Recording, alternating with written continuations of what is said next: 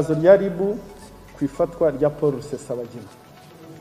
RIB iramenyesha abanyarwanda n'amahanga ko binyuze mu bufatanye n'amahanga Paul Rusesabagina yafashwe, ubu akaba ari mu maboko ya RIB. Rusesabagina arakekwa kurema no kuyobora umutwe n'ihuriro ry'imitwe y'iterabwoba yitwara gisirikare igizwe n'abahezanguni irimo MRCD na PDR Ihumure, ikorera mu bice bitandukanye mu karere no mu mahanga. Hari hashize igihe Rusesabagina ashyiriweho impapuro mpuzamahanga zisaba ko afatwa agashyikirizwa ubutabera kugira ngo abazwe ku byaha bikomeye aregwa birimo iterabwoba, gutwika, ubushimusi, ubwicanyi byakorewe abaturage b'inzirakarengane n'abanyarwanda mu duce dutandukanye tw'u Rwanda turimo Nyabimata mu karere ka Nyaruguru, muri Kamena 2018 no muri Nyungwe mu karere ka Nyamagabe mu Kuboza 2018.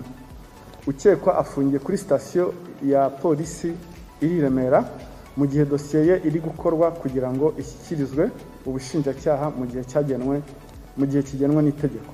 Rusesabagina ibi byaha akurikiranyweho yafashwe mu bufatanye n'ibihugu byinshi, ariko ku nyungu z'ubutabera, kuko ubu turacyari mu iperereza, ntabwo twavuga ibyo bihugu ngo tuvuge aho yafatiwe, kuko biracyari mu iperereza, ariko iperereza nirirangira tuzababwira rwose. Tukaba dutanga n'ubutumwa kuri abo bose bakiri hanze, turababwira ko ukuboko k'ubutabera ntaho kutagera. Abo nabo